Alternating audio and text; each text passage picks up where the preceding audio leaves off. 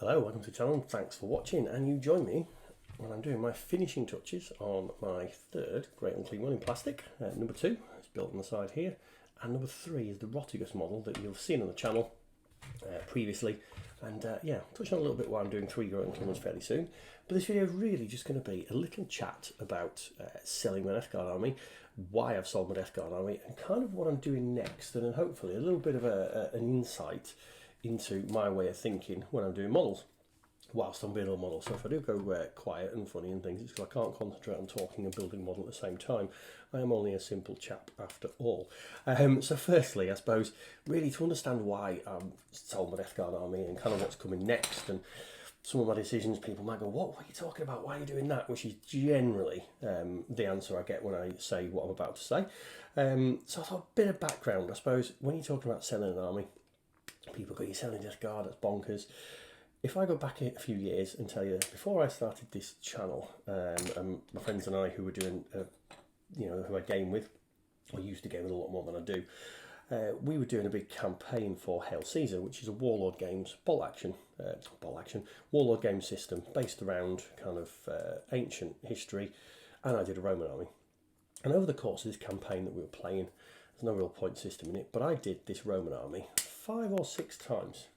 So literally, I painted the army, built it, painted it, did it to a theme, and sold it 5 or 6 times over the course of this campaign.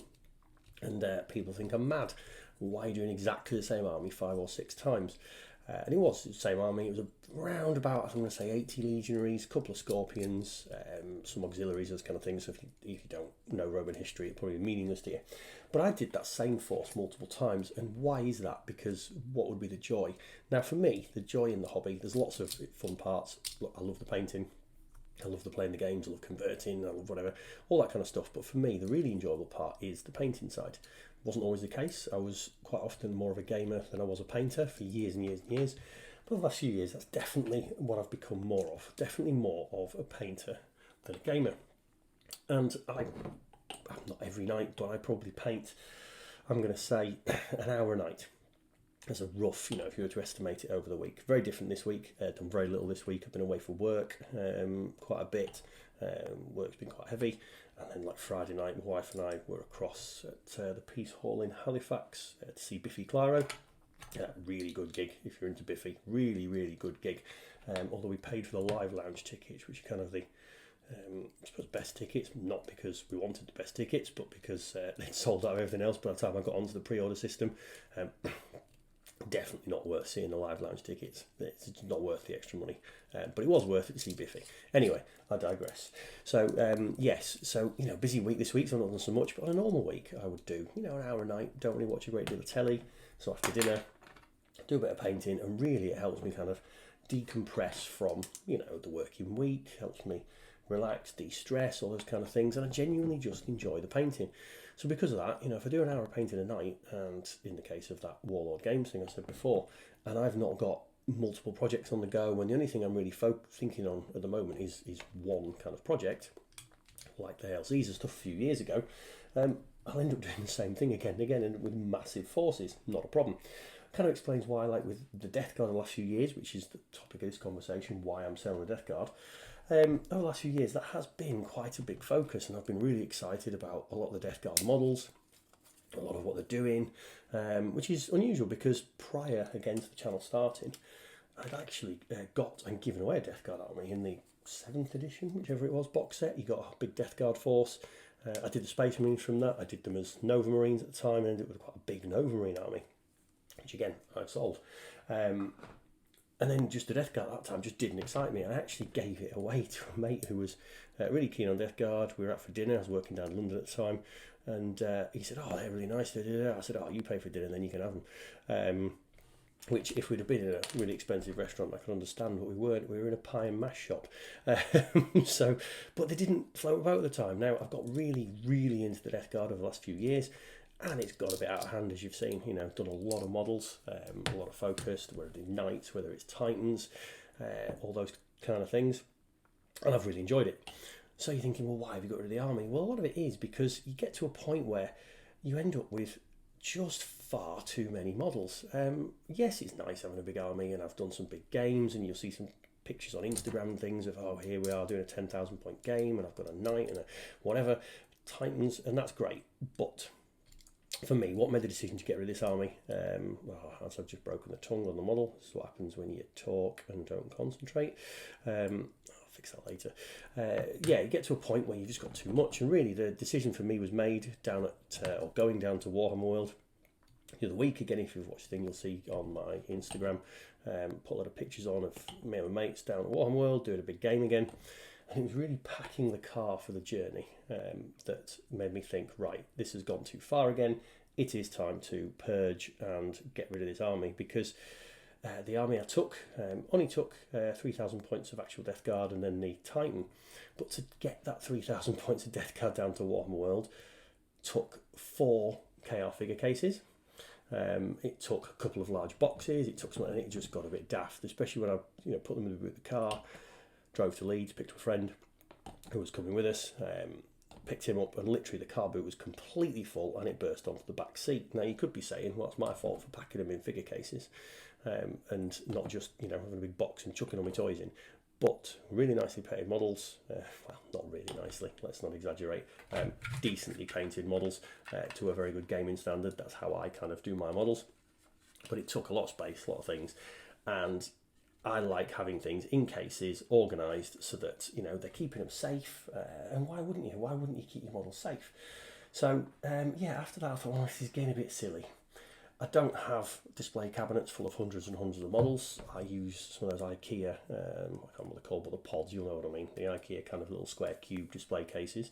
And I've got 5 of the little cubes with at the top of the display unit with models space in, with little glass things in.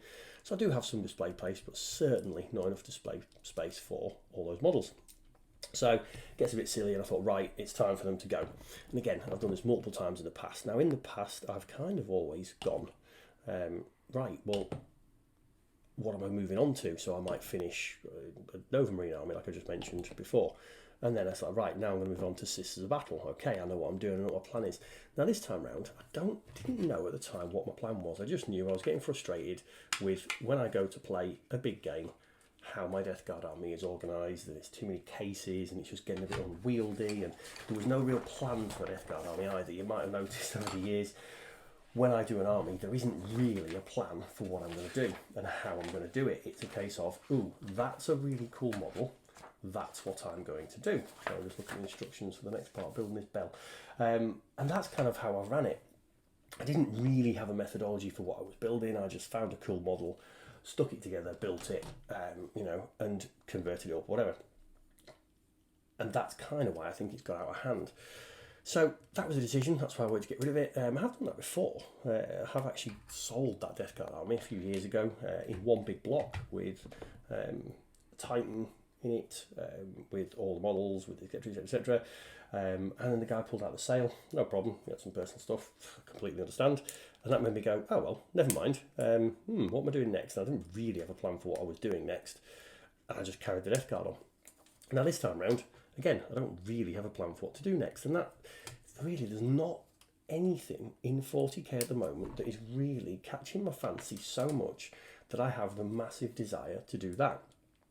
So maybe slightly downing down into 40k, but I think actually it's more of a thing about how exciting and how much I love Death Guard. So the long and short of it, I suppose, is what I'm doing next after getting rid of my Death Guard is more Death Guard. Again, links into that thing of getting rid of the same army multiple times. So yeah, I'm doing more Death Guard after selling my Death Guard. And you think, what's the point? Well, the point is I enjoy the modelling, the painting. That is what, floats my boat. But also I'm going to do something different this time. I'm going to try this time, for the first time ever, to see if I can do an army that sticks. It probably won't, I'm going to say that. But if I look at the frustrations of the Death Guard last time, that it got a bit unwieldy, I haven't really, put it into too many cases. It was just a bit frustrating trying to work out what army I'm going to do, that kind of stuff. And there wasn't really a theme or methodology to the army. This time round, I'm going to try and do the opposite. And I'm going to start off very planned and very organised. Now, part one of that is actually these grey and clean ones I'm doing. Now, They're not Death Guard as such, but they are Nurgle. So I'm going to do a 2,000 point Demon Army, which I've already bought it all. Again, if you check my Instagram, you'll see the little pictures of, here's the next project, how it's starting. And then when I move on to the Death Guard, I'm going to try and follow the same kind of method, in that I'm going to do a 2,000 point Death Guard army, and that is going to be it. I mean, wishful thinking, and we'll see how it goes. But I really should concentrate on doing the model, because I can't work out how that goes. There we go. And I'm going to try and theme it together. So the idea is 2,000 points of demons, 2,000 points of standard Death Guard, to then build together to add on with maybe some knights, that kind of thing afterwards, and do the armies in blocks. The theory being that if I do the armies in blocks like that, it'll stop them becoming unwieldy, because obviously you're planning these little sections of armies that then should little sections of armies, so to quantify that, obviously 2,000 point army is not a little army. A 2,000 point army is quite a large army, but you get my point. Smaller sections of armies where they are armies in and amongst themselves, that can go together to do like a big allied game when we come and do big games. So that's the plan. I'm also not going to be doing the same Death Guard colour scheme and the same force. And if you watch the channel for a while, you'll know that I did a test model, because a subscriber said, oh, how would you do the Pallid Hand Death Guard? And he asked that question, so I thought, why not? Get a spare model, paint a Pallid Hand colour scheme. Quite enjoyed doing it. It's more of like a mixed colour scheme rather than doing just, the pure flat green. So I'm going to do Pallid Hand Death Guard.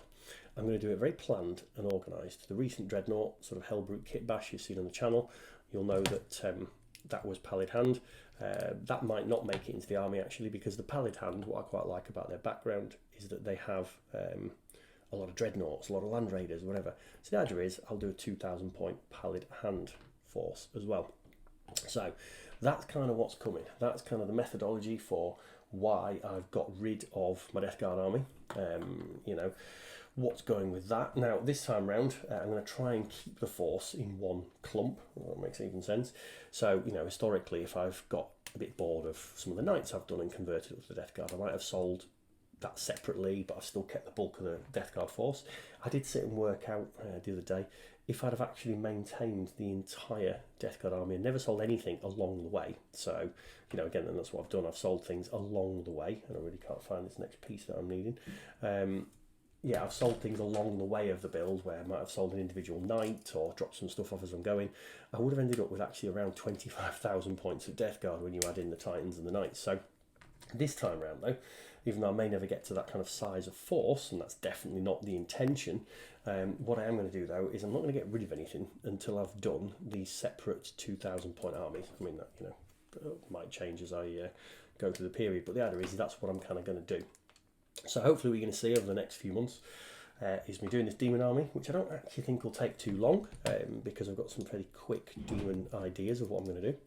And then once that's done, I'll be moving on to the Pallid Hand Death Guard army, and you'll see those on the channel. I'm quite looking forward to those. And then there'll be something in the background, maybe a knight add-on, maybe something going on to the side. But the plan is to get the army to around about 4,000 points of kind of foot troops and stuff. And then you add on the Titans onto that, and that'll be a nice chunky sized army. So hopefully you're going to see a bit of that. You will see a bit of other things on the channel. I've got some other stuff coming up where I've got some Necromunda that I fancy doing, getting back into, because I still love Necromunda. Still one of my most played games, and I've completely... no, I haven't. There we go, that part goes somewhere else. No, that's the wrong part. This is, you see, when you're not concentrating and you're just doing a video, concentrate, Adam. Yeah, there's lots of other bits coming up, and I hope I can keep you entertained. I hope you vaguely understand methodology. I've not really understood what I've said through half of this. I've just kind of talked.